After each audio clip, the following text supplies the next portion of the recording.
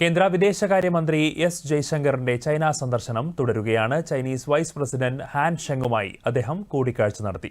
കൈലാസ് മാനസ സരോവർ യാത്ര പുനരാരംഭിച്ചതിൽ സന്തോഷമുണ്ടെന്ന് ജയശങ്കർ കൂട്ടിച്ചേർത്തു.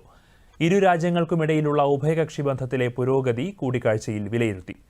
ഷാങ്ഹായ് സഹകരണ സംഘടനയുടെ സെക്രട്ടറി ജനറൽ നൂർലാൻ യെർമെക്ബയേവുമായും എസ് ജയശങ്കർ കൂടിക്കാഴ്ച നടത്തി.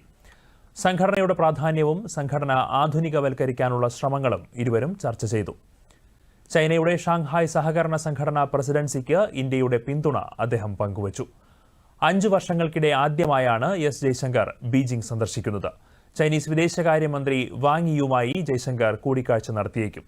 ചൊവ്വാഴ്ച ടിയാൻജിനിൽ നടക്കുന്ന ഷാങ്ഹായ് കോർപ്പറേഷൻ ഓർഗനൈസേഷൻ വിദേശകാര്യമന്ത്രിമാരുടെ യോഗത്തിലും ജയശങ്കർ പങ്കെടുക്കും. ദ്വിരാഷ്ട്ര സന്ദർശനത്തിന്റെ ആദ്യപാദത്തിൽ സിംഗപ്പൂർ സന്ദർശനം പൂർത്തിയാക്കിയാണ് ജയശങ്കർ ചൈനയിലെത്തിയത്.